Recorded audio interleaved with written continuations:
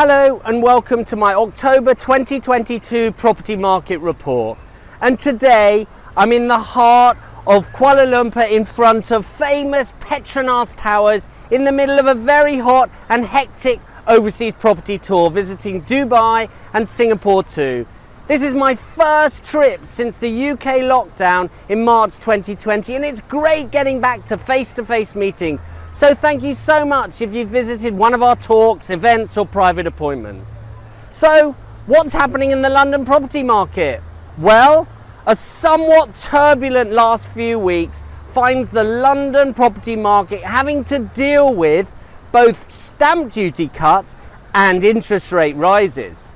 The stamp duty tax cut announced in the UK government's mini budget will double the threshold at which stamp duty becomes payable to £250,000, which is an extra saving of £2,500 for all buyers. First-time buyers will pay zero stamp duty on the first £425,000, and this will apply to all properties that are valued up to £625,000. These incentives have to be viewed through the lens of the cost of borrowing. With Bank of England interest base rate now at 2.25%, more increases may slightly dampen enthusiasm in some quarters as they lead to higher mortgage payments.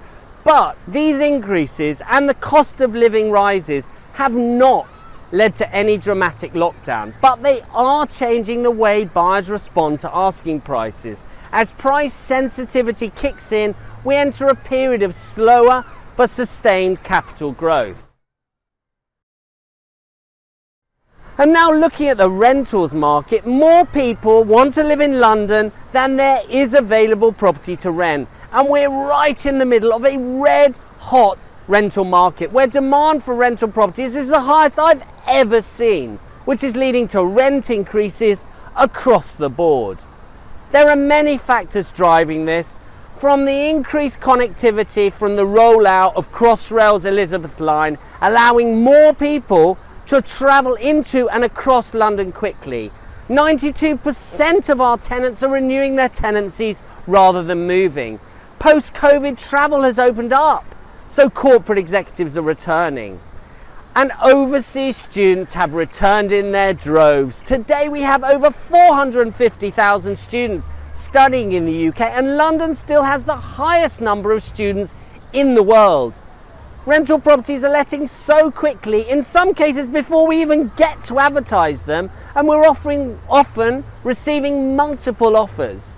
Across our 19 London branches, we have waiting lists of fully referenced tenants, and as a result, voids are negligible and rents are increasing while stock levels remain very low. We currently have waiting lists of up to 10 weeks. In September, I reported that 85% of applicants were international students, with many paying a year's rent in advance. Local applicants found this hard to compete with, but this is seasonal, and we're anticipating the market should ease a bit now the autumn semester has started. The Elizabeth line has had a highly positive effect on rental requests, and properties near to Crossrail stations, including Ealing, Southall, Paddington, Whitechapel, Canary Wharf and Woolwich, have been in very high demand. Over in Nine Elms, Battersea Power Station was formally opened by the King of Malaysia and other glitterati after its £9 billion redevelopment.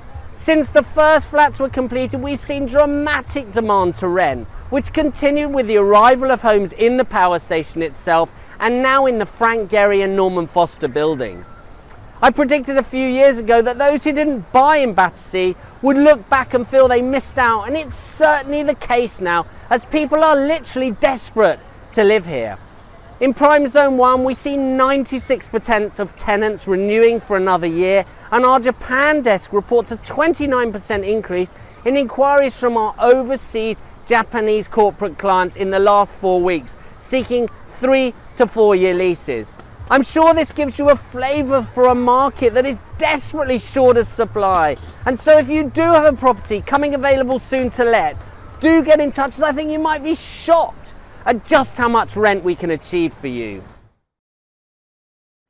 So turning to the sales market, a weak pound and a government plan to stimulate growth is providing a strong impetus for overseas investment, and London's fringe areas are benefiting greatly by offering space and planning permission to developers. With the liberalisation of planning rules being one of the key highlights of the mini budget, the government are going full speed ahead with the release of land and the creation of investment zones. The result is a string of new bills that are relatively cost-effective, easily accessible and ready to form the basis of many vibrant and new communities. And with sterling currently 20% cheaper than it was just a year ago, there are some unique buying opportunities for overseas buyers. As I mentioned, I've been hosting property talks overseas this month, and education continues to be a key reason behind investment purchases, particularly in prime London locations where many clients buy for their children to live in while studying, and then they let them out afterwards. Last week, the head of our China desk, Penny Chung, held a very popular event in Chinese, Cantonese and Mandarin in northwest London in Colindale NW9 for our Chinese and Hong Kong buyers settling in London under the UK's government's B&O visa programme. The event was oversubscribed. The current appetite to buy remains really high, especially with that weak pound, in spite of the financial market volatility that followed UK Prime Minister Liz Truss's mini budget. And we're genuinely short of stock to sell and would love to talk to you as we have buyers looking to move before Christmas. The combination of what I keep saying, the weak pound, soaring rental demand, rising rents and negligible voids are all driving yields up and creating opportunities for investors. So please do get in touch if you want to buy, let or sell a London property. Thanks very much for watching today from here in the centre of Kuala Lumpur, and I'll be back in November with another update.